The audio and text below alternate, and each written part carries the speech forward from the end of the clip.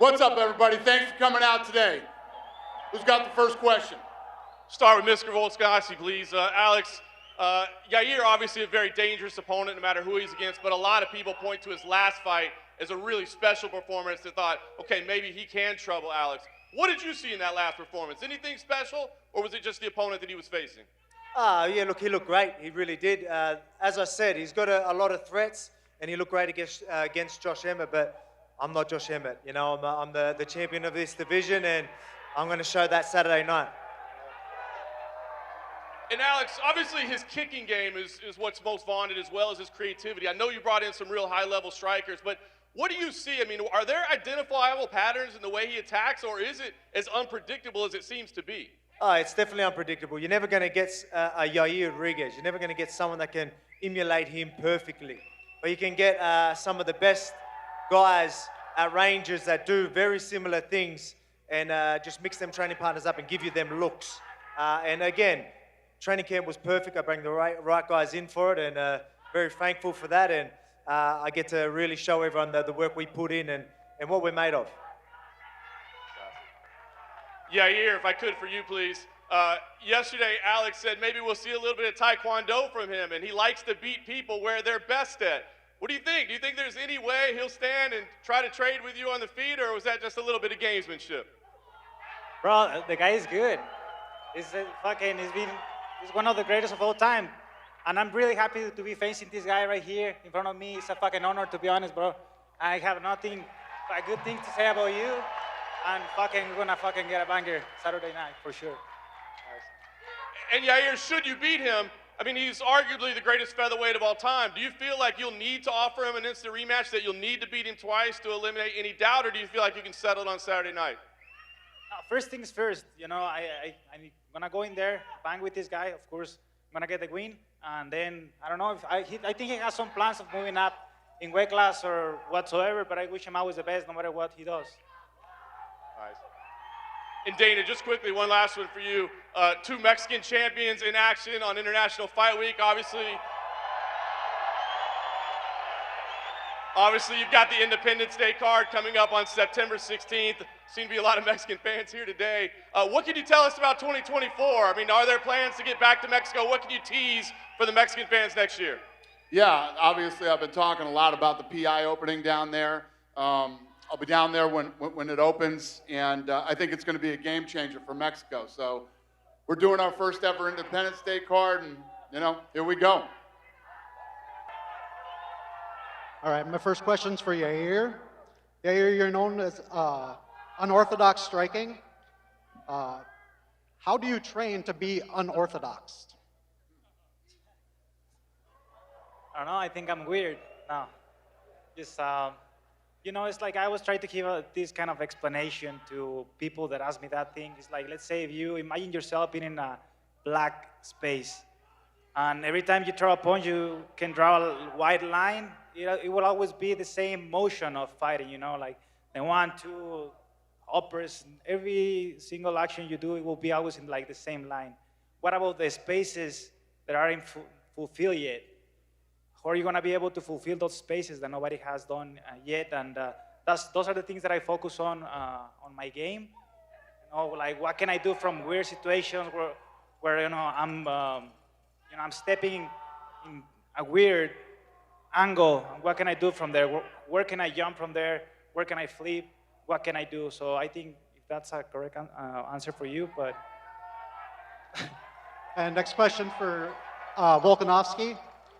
How do you train to fight somebody like that? I mean, like it's going to come down to the training partners, really having guys that are going to really give you that good look. That's going to be unpredictable and throw crazy things. So getting elbow pads, knee pads, just doing some crazy stuff. Like it's wild. It's like, you know, it's like saying that like it's that crazy and unpredictable. It's almost like he doesn't know what he's doing. It's calculated. He knows what he's doing, but it is very hard to read. So you're going to get the best looks you can in camp. So I'll be ready for everything. But I just want to say, I've been talking to all the fighters all week, and International Fight, we are fucking pumped to put on a show for everybody. I fucking guarantee you. Another one for you, Alex. Alex, I believe this is your 7th title fight in a row now. What would you say is the biggest thing that you know now going into this fight that you didn't know going into your first championship fight? It's a good question. Just be me. Just be me. Like I have been myself through the whole process, but it was tricky to just really be comfortable and confident that way. Where now, I'm just like, be myself. Just do your thing. You know what I mean? It's just go with emotions. I'm pretty experienced with it all now, and just enjoy it. You know, enjoy the International Fight Week, enjoy Vegas, and enjoy the cracking fights that are going to happen this weekend. For Yair Rodríguez. Yair, we know early in your career you were working with a sports psychologist. What did it take to get to the place where you felt that you had the championship mentality? I think that it takes just believe in yourself. I was working with Aletia Olmedo is her name, and she was my sports psychologist. And I like to sleep with audios and wake up with the same. And it's just affirmations, you know, it's put in your head that you can do things, believing in yourself, and then you can make things happen. And it's not a trick, bro. It's just something that is always there. It's a matter of you believing in yourself and the team that you have around you, good group of people that loves you and support you, and everything else is gonna be there. Question for Brandon and Yair. Can you guys put into words what it would mean to you to both of you win and defend your titles on Saturday for Mexico? Dale pa, te toca. Can you repeat the question, bro? Can you put into words what it would mean to you for both of you guys to win on Saturday? Fuck, man, that's a simple question and a big question as well. You know, it means the work that we have been putting each, right? But together at the same time as a Mexican team, you want to see it that way. It's been years and years of working on this dream, and we're changing literally the history of Mexico, not only in MMA, but in sports. And if that doesn't say enough, I don't know what else to say, because we're literally changing the way that sports are being seen in a whole country, and that's big enough. Question for Volkanovski. Including yourself, there are 6 fighters from the land down under on this card. How does it feel to be sharing this stage with them?